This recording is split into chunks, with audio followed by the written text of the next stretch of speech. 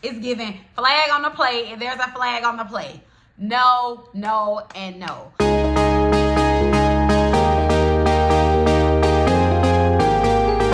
Hi guys, welcome to my YouTube channel. Today I'm going to give you all 5 red flags that you need to look for early on when you're dating. Identifying these 5 red flags will help you identify more qualified, valuable candidates in the dating world. So let's hop right into it. Okay, these red flags apply to 1 to 3 month period of dating, and also if you have dated before, if you're looking for something long term, and if you are a parent looking to date seriously with the intent to get married.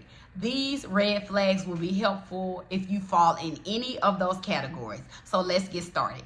Red flag number 1, if the person has too much time or if they do not make time for you, then that's a red flag. Y'all need to address it. Red flag doesn't mean cut them off. However, it does need to be addressed. When it comes to having too much time, that could insinuate that they're lazy, that it's giving bum, that they really don't have any motion going for themselves, so they're just wanting to be under you. And that could be a problem in relationships because they could be real clingy. And then if they don't have enough time. Now, this one can be tricky because if you're dating an entrepreneur, although it's perceived that entrepreneurs have all this free time, if they don't have the right systems and things in place, they may have to be very hands-on with their business.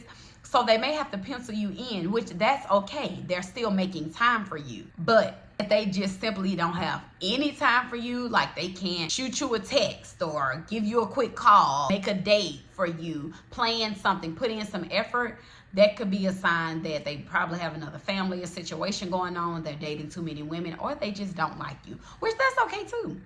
Because this is a 1 to 3 month period, so y'all don't really know each other. You're getting to know each other. So it's giving, let's have a healthy balance of time in that first 1 to 3 months. We don't want to be too available. We don't want to seem too accessible, but we also don't want to seem as if we're ghosting the person. You've dated, you know what you want, you know what you don't want. You've been in relationships. Some of you have kids, some of you don't want kids. If you can't communicate that you need time, then it's giving immature. It's a red flag. Some people will ghost you for a week, a month, and then pop back up and think it's okay. First of all, they probably testing you just to see if that will work. And if they see it working, of course, they're going to continue to do that if you don't voice your concerns about it or make it known that that is an issue. Now, let's say if they aren't aware that it's an issue, you make it known and they do it again, is given lack of consideration. They don't really care. They're probably really selfish, and they may not be willing to put you first or compromise in a relationship. It's a lot of little actions and behaviors that you can monitor that will prevent you from getting yourself hurt long term. You just can't ignore them when you see them. Make sure you address them. That doesn't mean leave them, but just address it, voice your concerns, voice your opinion. Red flag number 2, if y'all have been dating for 1 to 3 months and this person does not reference a future with you, this one can be tricky because a lot of people, once you start dating, you're liking the person, you could get a little delusional, get a little ahead of yourselves. However, y'all may be watching a movie and it's about a marriage, jumping the broom or something of that nature. That's one of my favorite movies. But y'all could be watching something of that nature and they say, I'll never get married. Man, marriage is a headache. Like, I don't even want nothing like that. And you over there looking at this person like he about to take you on this magic carpet ride. It's giving Jasmine from Aladdin, and this man not even seeing you in his future. Baby, that's a red flag that you need to address. Don't ignore that one.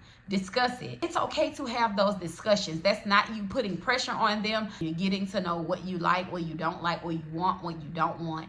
Marriage, family, faith, finances, those things are a part of that, and they should be discussed in that 1 to 3 month period, especially if y'all are spending every day with each other, talking to each other. That's given we're about to get serious, we're about to get into a relationship. And if he's a man in his 30s and 40s, and some of these men in their 20s, they already know what they want. So if they're dating you between that 1 to 3 month period, if you listen to a lot of relationship podcasts, those husbands will say, I already knew she was going to be my wife. I was just trying to figure this out or get this together or do this. But they know. They already know. Red flag number 3. If the person is always blaming their ex for the failure of their relationships, it's giving flag on the play, and there's a flag on the play. No, no, and no. It's giving lack of accountability. Can we not be selfish here? Can we not put ourselves on this high pedestal? Be humble. And can we not think that we can do no wrong? That is not okay. If you all are dating and y'all are discussing past relationships, why are you single? How did you get here? Things of that nature. I'm not saying be obsessed with the past, but you need to talk about the past to kind of know how we both get to this place. And you can learn a lot about a person based on their past. People grow, people change, yes, but the character, the foundation of that person, their characteristic traits are who they are. Their personality is what it is.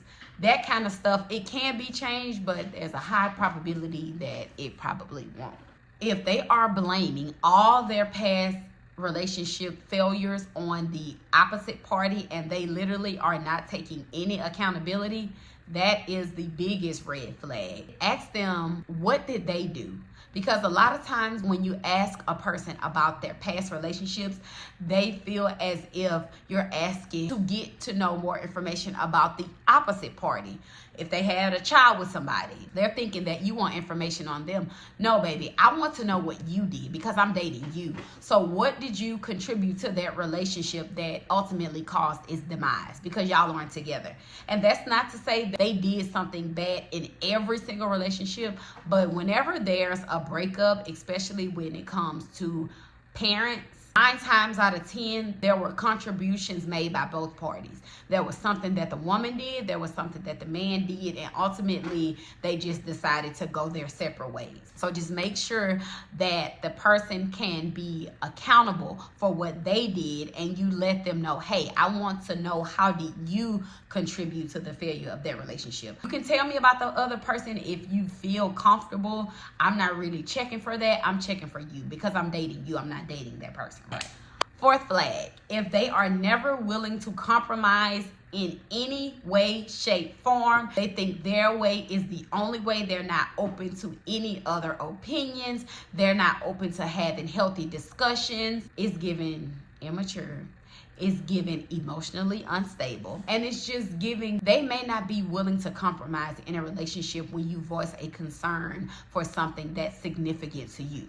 Be sure you're paying attention. If they are never willing to compromise in any single area, you may want to check that. This trait can be seen a lot in people who are highly successful because they don't take no for an answer. However, when it comes to relationships, you don't want to make that strictly about business.